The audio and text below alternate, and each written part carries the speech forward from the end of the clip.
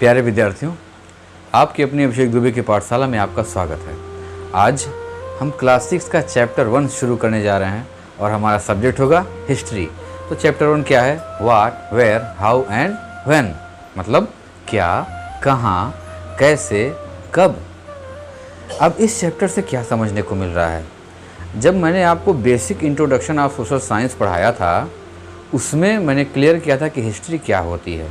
मतलब हमारे पास्ट की जो प्रूवन नॉलेज है, वो नॉलेज जो प्रूफ है कि हाँ ये सच है और बीती हुई है, वही हिस्ट्री होती है। अब हिस्ट्री को हमने 3 पार्ट में डिवाइड भी किया था। जो सबसे पुरानी हिस्ट्री है एंशिएंट हिस्ट्री, सबसे नई वाली मॉडर्न हिस्ट्री और बीच वाली मिडवल।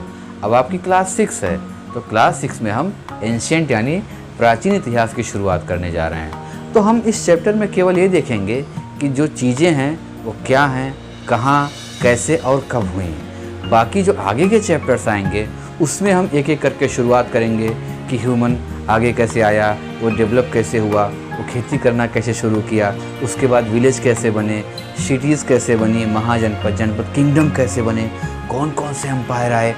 तो अभी हमारे चैप्टर 1 है जिसमें हम देखेंगे कि पास्ट में क्या हुआ या पास्ट की बातें हम कैसे जानते हैं, हमारे सोर्स क्या हैं, इन सब का आंसर हमें इस चैप्टर में मिलने वाला है। तो आइए आपकी बुक पर आपको चलते हैं और सबसे पहले हमें बुक का नाम लर्न करना ज़रूरी है। देखिए, आर पास्ट पार्ट 1, ये हमारी टेक्स्ट बुक का नाम है, नाम ज़रूर याद रखिएगा।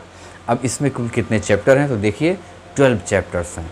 What, where, how and when से शुरू करके हम बिल्डिंग, पेंटिंग्स एंड बुक्स तक जाएंगे। बीच में आप देख रहे होंगे earliest cities, gathering to growing food, मतलब कैसे लोगों ने फूड को पहले इकट्ठा करते थे, बाद में फूड को, क्रॉप को उगाना शुरू कर दिया। अशोक एम्परर के बारे में हम देखेंगे, बहुत सारी बातें आएंगी। तो आइए इस चैप्टर को हम शुरू करते हैं।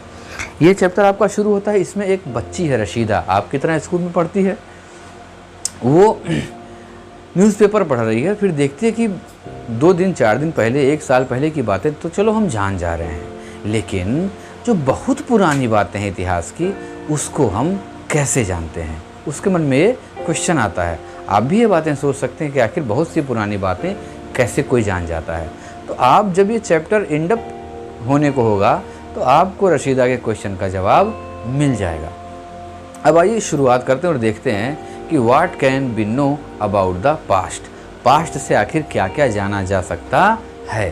तो देखिए, सिंपल सी बात है, पुराने लोग क्या खाते थे, किस तरह के वो कपड़े पहनते थे, किस तरह के घर में वो रहते थे, घर में रहते थे या जंगलों में रहते थे, ये सारी बातें हम जानते हैं। इसके अलावा उनके जीवन के बारे में हम जानते हैं कि वो हंटर्स थे, शिकारी थे या नहीं थे, वो हर्डर्स थे, वो किसान थे या वो रूलर थे, वो व्यापारी थे, कैसे क्राफ्ट पर्सन थे, कैसे म्यूजिशियन थे, कैसे साइंटिस्ट थे, कैसे, या फिर हम कैसे देखेंगे कैसे ये चीज़ें डेवलप हुई। पुराने लोगों के जीवन के बारे में, वो कैसे गेम्स खेलते थे, कैसी कहानियाँ सुनते थे, क्या वो गाने भी गाते थे, कोई ड्रामा नाटक प्ले करते थे।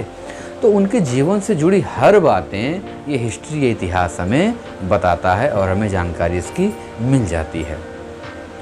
अब हमें ये देखना है कि कैसे वो ये सब चीज़ें करते थे, कैसे वो आगे बढ़े। क्लियर, आप समझ रहे हैं ना?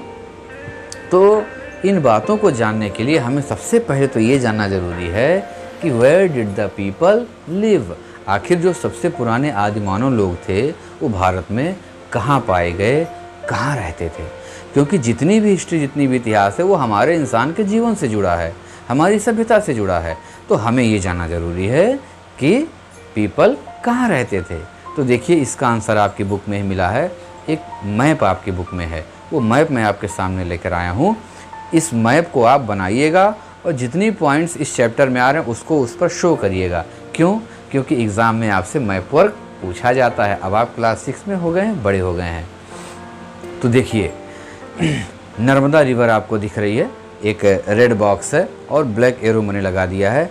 नर्मदा रिवर की ओरिजिन देखिए, और वो मध्य प्रदेश में अमरकंटक नाम के प्लेस से निकलती है। याद करिएगा, अमरकंटक प्लेस से निकल रही है और वहाँ से निकल के कहाँ आती है, वेस्ट फ्लो करती है, पश्चिम की दिशा में, महाराष्ट्र और गुजरात होते हुए खंभात की खाड़ी में अरब सागर में जाकर के मिल जाती है।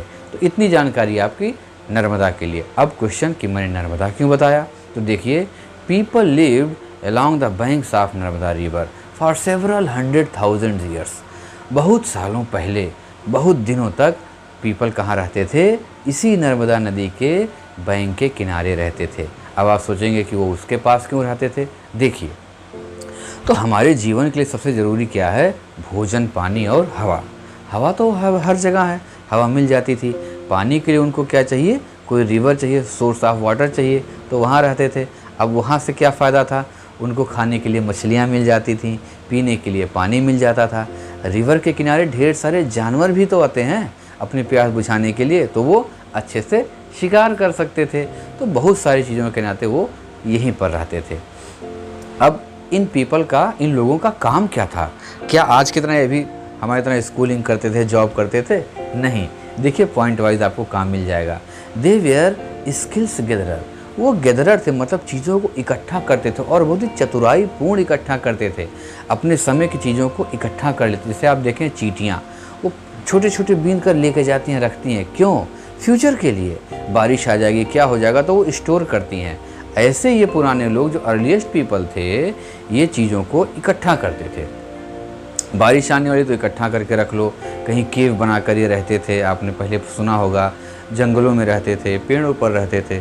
इसके अलावा क्या इकट्ठा करते थे ये? रूट्स, पेड़ों की जड़ें, कंदमूल जो खाते थे। फ्रूट्स इकट्ठा करते थे। जंगल से अन्य चीज़ों को भी इकट्ठा करते थे अपने खाने के लिए। इसके अलावा ये बहुत अच्छे शिकारी भी थे। शिकार करते थे, उसको खाते थे। पहले कच्चा खाते थे, बाद में धीरे धीरे जब डेवलप हुआ तो इन्होंने आग जलाना और आग से भोजन को पकाना सीख लिया।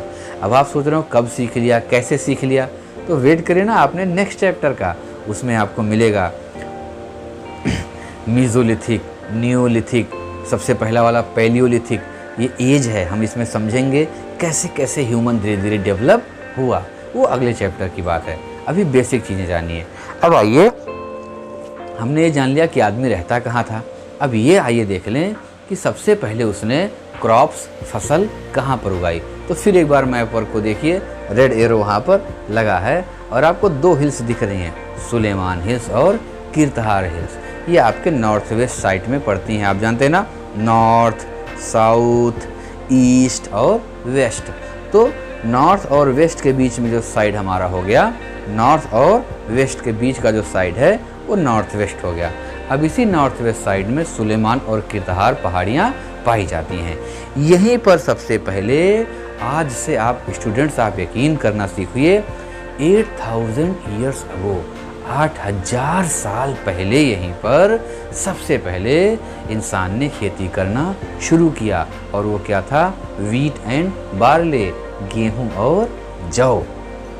इसके अलावा वो रेयरिंग एनिमल्स, जानवर भी पालते थे। भेड़ हो गई, गोट हो गए, कैटल्स हो गए, और इनको पालते थे। और यहीं से फिर जानवरों को पालने के बाद, अब जब आदमी जानवर खेती करेगा तो निश्चित है उस खेती में उसको पानी देना पड़ेगा, उसकी रक्षा करनी पड़ेगी, फसल पकने पर काटना पड़ेगा, तो उसके लिए उसको वहाँ पर रहना पड़ेगा। तो जहाँ उसने रहना शुरू किया वो क्या बन गया? विलेज बन गया।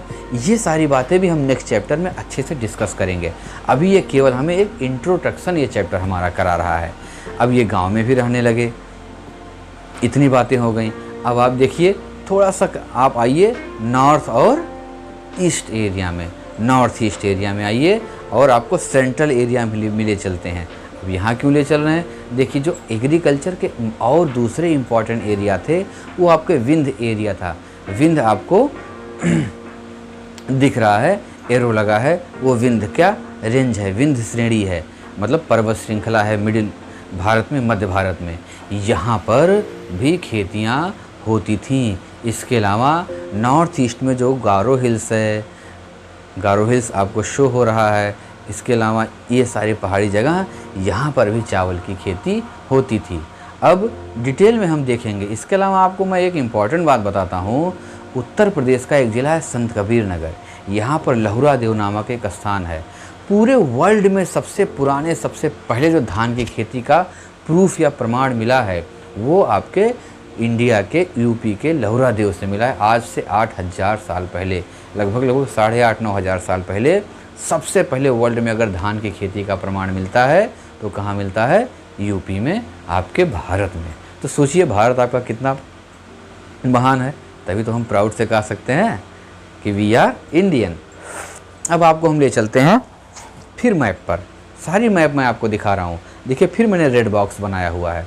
इसमें आप देख रहे हैं एक बड़ी सी रिवर है इंडस, सिंधु नदी।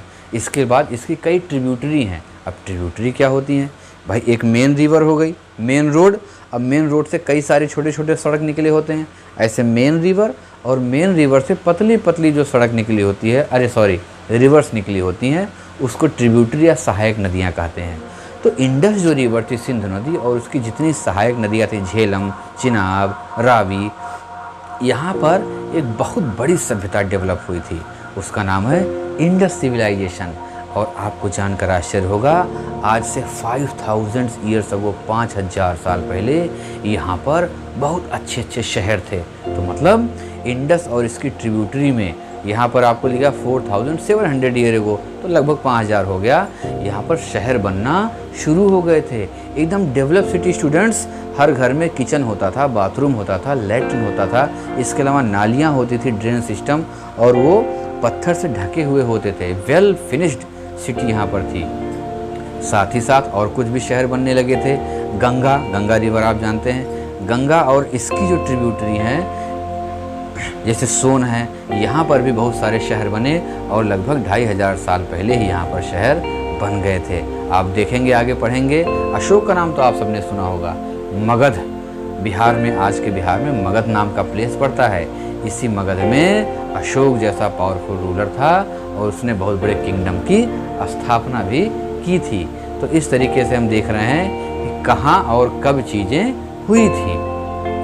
अब क्वेश्चन आ गया कि ये जो हमने बताया कि यहाँ पर ये हुआ था, वहाँ पर खेती हुई थी, भैया यहाँ पर शहर बन गए थे, यहाँ पर इंसान रहते थे, कैसे बता दिया? मैंने कह दिया आप मान लिए? मत मानिए। इसका क्वेश्चन खोजिए दिमाग से और finding out about the past. अब हमें देखना है कि ये पास्ट की बातें कैसे हिस्टोरियन जान गए, कैसे लिख दिए। तो इसके लिए वेट करिए नेक्स्ट पार्ट का। आपका चैप्टर टोटल 3 पार्ट में है। नेक्स्ट पार्ट में इसको हम डिस्कस करेंगे। तब तक पढ़ते रहिए, खुश रहिए, मस्त रहिए। Thank you.